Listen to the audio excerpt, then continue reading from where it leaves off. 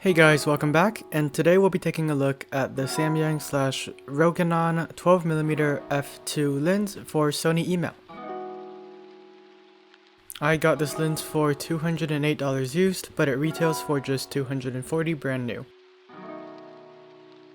In the box, you're going to find some literature and the lens itself with a lens hood and lens caps. This little lens is extremely well built, especially for that low price, and I mean little. This thing weighs just over half a pound and is under 2.5 inches long, just small enough to fit in a pocket, making it very convenient. It's essentially a solid chunk of metal, including the mount, and feels extremely nice in the hand, with very easy and clear markings for the focus ring. Speaking of the focus ring, it's buttery smooth and nicely textured for grip, with amazing damping, making it incredibly satisfying to turn. I found it to be an excellent balance between precision and speed. That being said, there is no autofocus, so it's a good thing that the focus ring works so well. It is, of course, mechanically linked to the focus system for instant response. In fact, there are no electronics in this lens at all, with no image stabilization, and even the aperture is adjusted manually with the dial. This can be kind of inconvenient if you need to know what setting the photo was taken at later on, as it won't be recorded with the camera.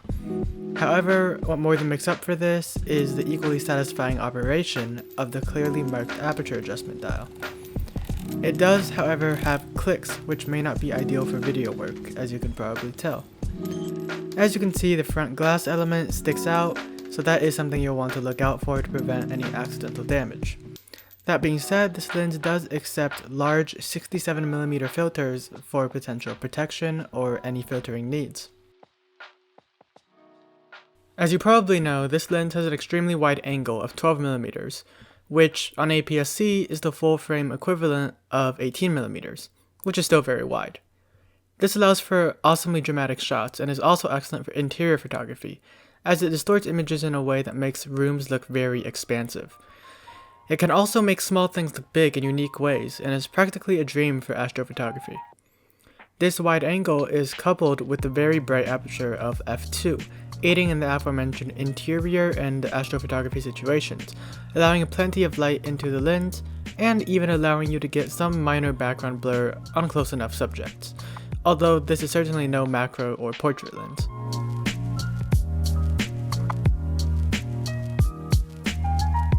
Alrighty now, so taking a look at probably one of the most important tests, which is sharpness. Let's get straight into it, starting here at f2. We're gonna zoom right the crap into the corners. Let's see. We're at 100% right now. You can see corners a little bit blurry, but they're still quite sharp. Impressively sharp. They're a little bit dark because of vignetting, but don't focus on that. If we come around to the center here, center is tack sharp, right from f2 you can see, which is extremely impressive. We can zoom in even a notch more here to 200%. You can see the center. At this point you're starting to see the individual pixels, so we're going to go back down to 100. Again, corners just a little bit blurry. So we're not even going to go back to the center since we know it's tack sharp straight from f2. We're going to keep focusing on those corners. Here at f2.8, you can see, jumping back up, quite a bit sharper. It is significant. And at this point, this is pretty much all the sharpness you're ever going to need. Extremely impressive, straight from f2.8, and again, even f2 is very usable. But we might as well go up for the hell of it. So here you're at f4, similar sharpness, a little bit higher contrast, and just a little bit sharper maybe. f6.3, similar sharpness. f8 looked a little bit sharper to me, but again, at this point, it's just, there's no point. It's all extremely tack sharp. f11, pretty much still tack sharp. It got a little bit softer from diffraction, and oddly enough you can see more chromatic aberration kicking in here as we go to f11. And then you can see by f22 it is very soft, and that's because of diffraction, but realistically you won't be using f22 much. Back in the center, even f22 is also very soft. So that pretty much sums it up. I mean, it's pretty straightforward, pretty simple. This is a very sharp lens. Unfortunately, I did lose my footage for the distortion and vignetting part of this test.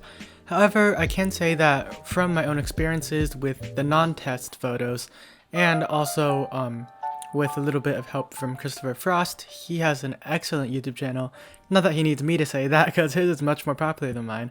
But he did a review on this lens, I checked it out, and indeed his test results did confirm my suspicion and experience that it does have a little bit of rail distortion. It is nothing major, and of course on-camera corrections will automatically correct it, and it has some vignetting at f2, but it clears up pretty quickly, and even at f2 it's no big deal. Again, these days it's all auto-corrected anyways. For any of you who have not heard of his channel or his review of this lens, I will link it down below, but also, how have you not heard of him? In terms of flaring, you can see a little bit of minor flaring there in the direct morning sun. It's just a little bit of purplish, maroonish flaring, and some people may actually like that. So it'll be up to you to decide whether or not that's acceptable to you. As you can tell, this lens does have a little bit of very minor focus breathing, but it's really no big deal. Additionally, you can see that the focus pulling is very, very smooth.